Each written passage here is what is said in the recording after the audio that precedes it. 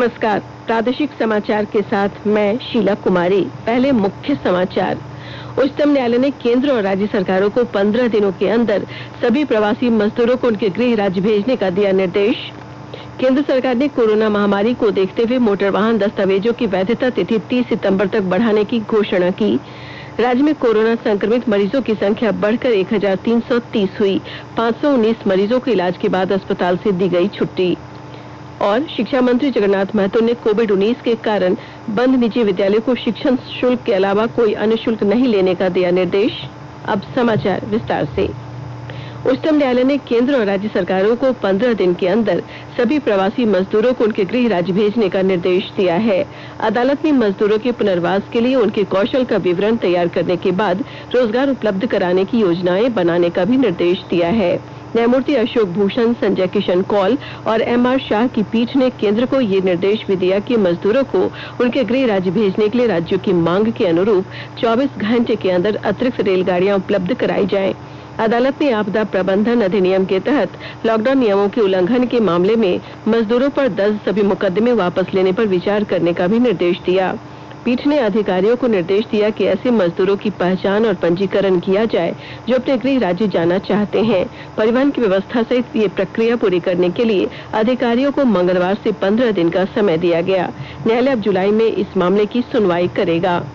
अमर शहीद भगवान बिरसा मुंडा के शहादत दिवस पर आज राज्य भर में कई कार्यक्रम आयोजित कर श्रद्धांजलि अर्पित की गई। राज्यपाल द्रौपदी मुर्मू ने धरती आबा बिरसा मुंडा की पुण्यतिथि के अवसर पर आज राजभवन के दरबार हॉल में उनकी प्रतिमा पर माल्यार्पण कर उनके प्रति अपने श्रद्धा सुमन अर्पित की। मुख्यमंत्री हेमंत सोरेन ने अमर शहीद भगवान बिरसा मुंडा की पुण्यतिथि पर उनकी तस्वीर पर श्रद्धा सुमन अर्पित कर नमन किया।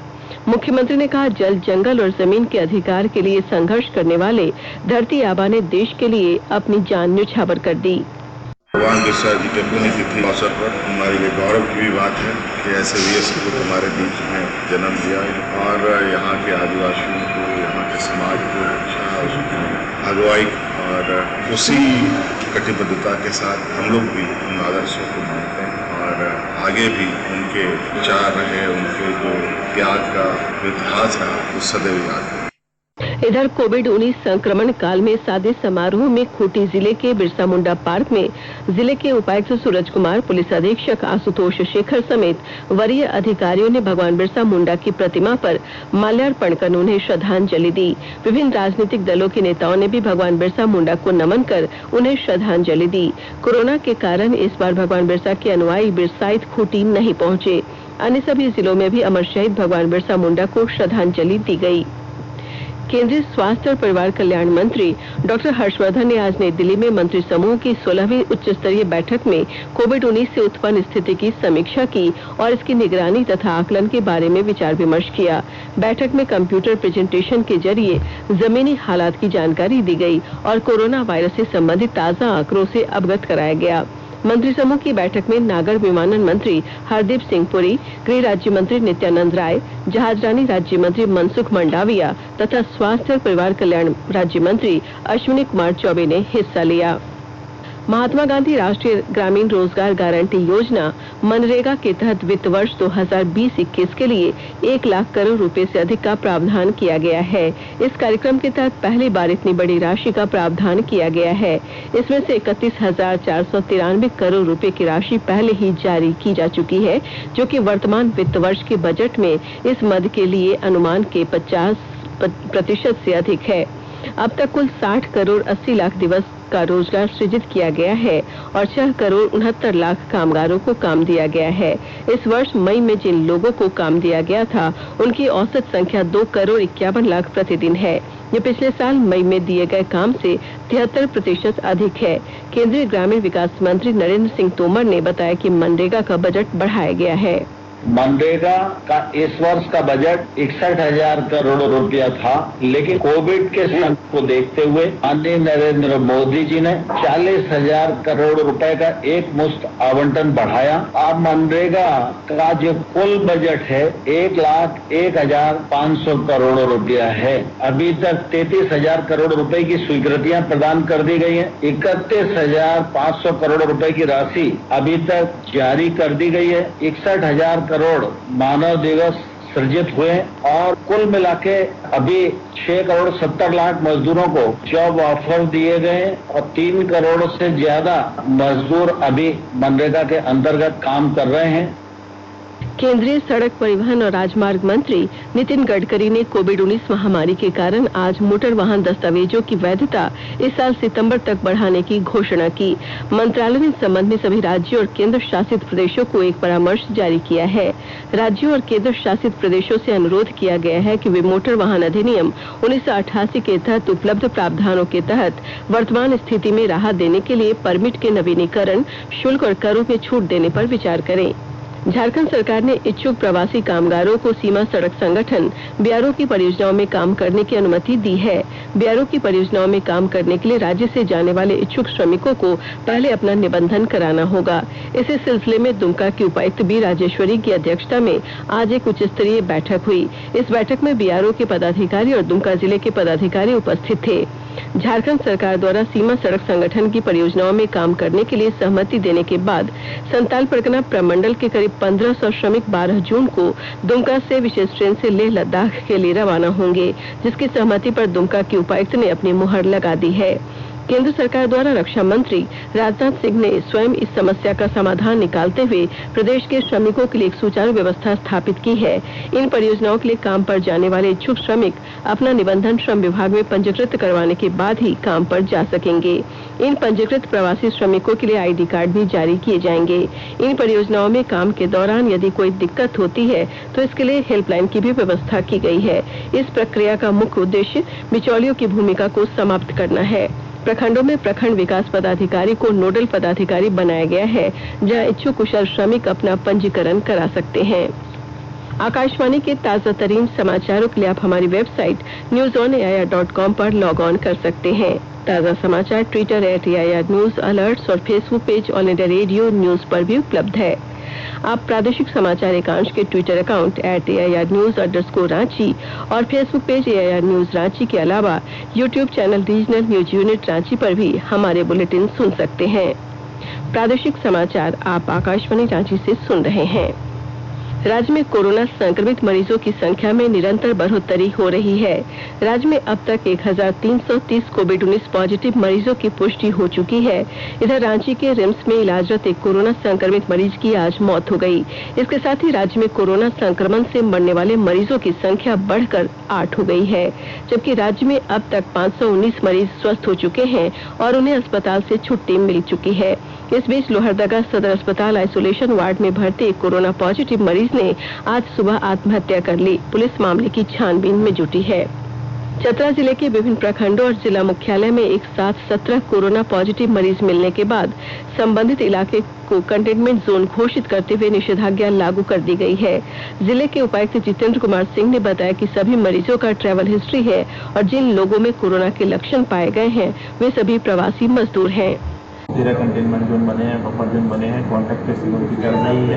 इन सभी 17 के 17 केसेस जो हैं वो एसिम्टोमेटिक हैं, किसी में भी अभी कोई सिम्टम्स नहीं है। इनको हम कोविड केयर सेंटर में लेकर आ गए हैं। TrueNet मशीन से उनका टेस्टिंग भी करा रहे हैं। लोगों को एक अपील ये करनी है कि पैनिक करने की जरूरत नहीं है, लेकिन साथ साथ लापरवाही भी बरतने की जरूरत नहीं है। पूरी तरीके से निर्देश है सरकार के, भारत सरकार के, राज्य सरकार के, और हमने भी यहाँ पे निर्देश जारी किए हैं कि सभी लोगों को पब्लिक में जब भी बाहर निकलेंगे तो हमेशा फेस मास्क लगाकर चलना है।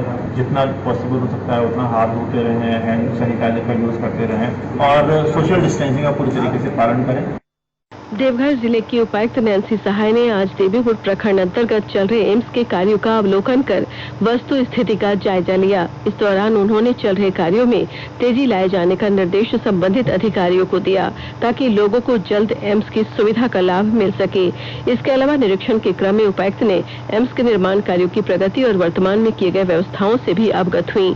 अवलोकन के क्रम में उपायुक्त ने मौके पर उपस्थित अधिकारियों को निर्देशित किया कि चल रहे सभी कार्यों को ससमय पूर्ण करें। देश में कोरोना के प्रसार के साथ ही आरोग्य सेतु ऐप तेजी से डाउनलोड किया जा रहा है। गिरिडीह में एक दिन में 11 पॉजिटिव मरीज मिलने पर धड़ाधड़ आरोग्य सेतु ऐप डाउनलोड किया जा रहा है। इन लोगों ने आम आदमी से आरोग्य सेतु ऐप डाउनलोड करने की अपील की है। मैं अविनीत कुमार, मैंने कोरोना से बचने के लिए यूज किया है आरोग्य सेतु ऐप। ये ऐप हमें हमारे आसपास के 10 किलोमीटर एरिया के अंदर में जो भी कोरोना मरीज हैं उनके बारे में जानकारी देता है और साथ ही साथ ये हमें बताता है कि हम इससे अपना बचाव कैसे कर सकते हैं। मैं पुष्पा सिन्हा आप सबसे निवेदन करती हूँ कि आप आरोग्य सेतु ऐप डाउनलोड करें। ये ऐप हम लोगों की सुरक्षा के लिए है।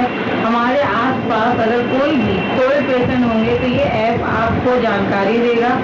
मैं चंदन सिन्हा, ये ऐप हम लोगों की सुरक्षा के लिए, हमारे आसपास कोई भी कोविड पेशेंट अगर होंगे तो ये ऐप हमें उसके बारे में जानकारी देता है। इसलिए आप लोग सब इस ऐप को जरूर से जरूर अपने मोबाइल में डाउनलोड करें।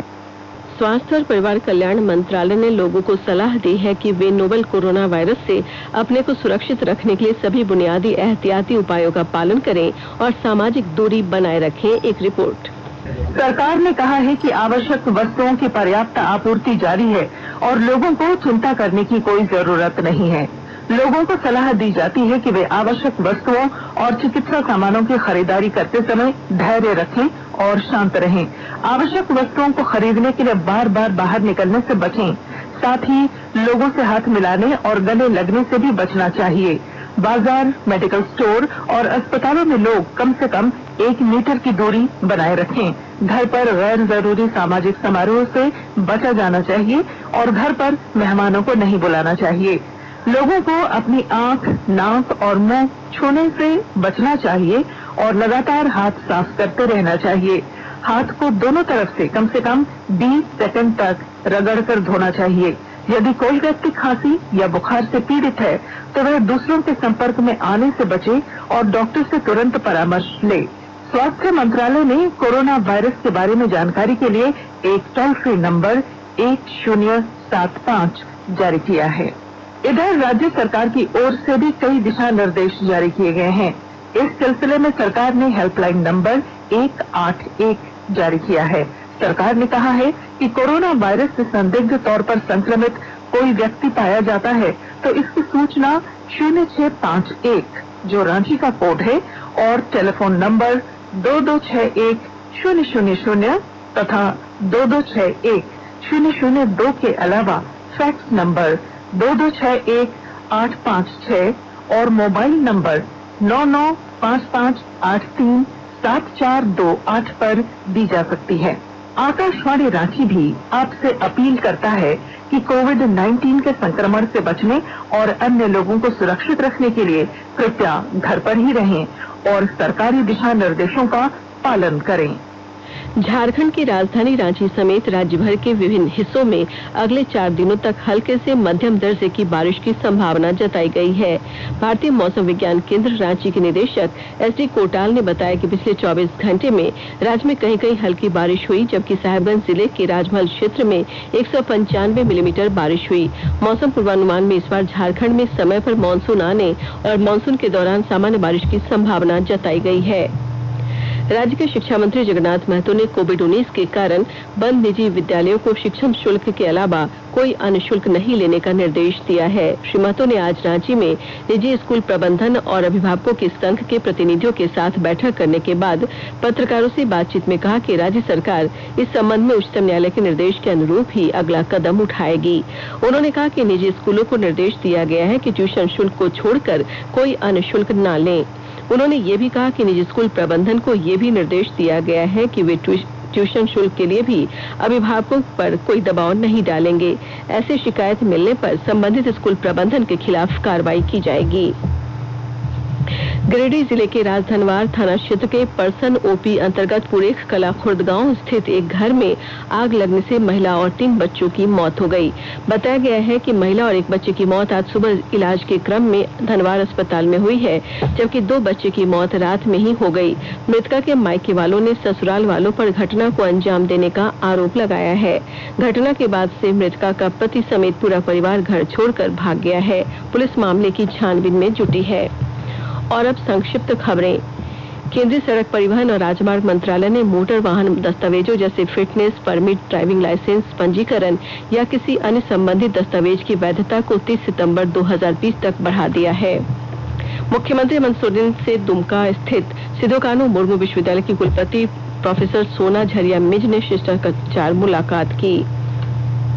मुख्यमंत्री हेमंत सोरेन को मुख्यमंत्री राहत कोष के लिए विभिन्न प्रतियोगिता परीक्षाओं की तैयारी कर रहे विद्यार्थियों के एक समूह द्वारा 1 लाख रुपए का चेक सौंपा गया। मुख्यमंत्री ने कोरोना संक्रमण से बचाव और रोकथाम के लिए विद्यार्थियों द्वारा किए गए सामाजिक कार्य की सराहना की। पलामू जिले के नवाज जयपुर थाना क्षेत्र के लड़बंधवा गांव में एक व्यक्ति की हत्या मामले में पुलिस ने 3 आरोपियों को गिरफ्तार कर लिया है। चतरा जिले के कुंदा थाना क्षेत्र से पुलिस ने 12 किलोग्राम अफीम के साथ एक तस्कर को गिरफ्तार करने में सफलता हासिल की है। अंत में मुख्य समाचार एक बार फिर। उच्चतम न्यायालय ने केंद्र और राज्य सरकारों को 15 दिनों के अंदर सभी प्रवासी मजदूरों को उनके गृह राज्य भेजने का दिया निर्देश। केंद्र सरकार ने कोरोना महामारी को देखते हुए मोटर वाहन दस्तावेजों की वैधता तिथि 30 सितंबर तक बढ़ाने की घोषणा की। राज्य में कोरोना संक्रमित मरीजों की संख्या बढ़कर 1330 हुई। 519 मरीजों को इलाज के बाद अस्पताल से दी गई छुट्टी। और शिक्षा मंत्री जगन्नाथ महतो ने कोविड-19 के कारण बंद निजी विद्यालयों को शिक्षण शुल्क के अलावा कोई अन्य शुल्क नहीं लेने का दिया निर्देश। इसके साथ ही आकाशवाणी रांची से प्रादेशिक समाचार का ये बुलेटिन समाप्त हुआ। नमस्कार। घर में रहिए, सुरक्षित रहिए और सुनते रहिए आकाशवाणी।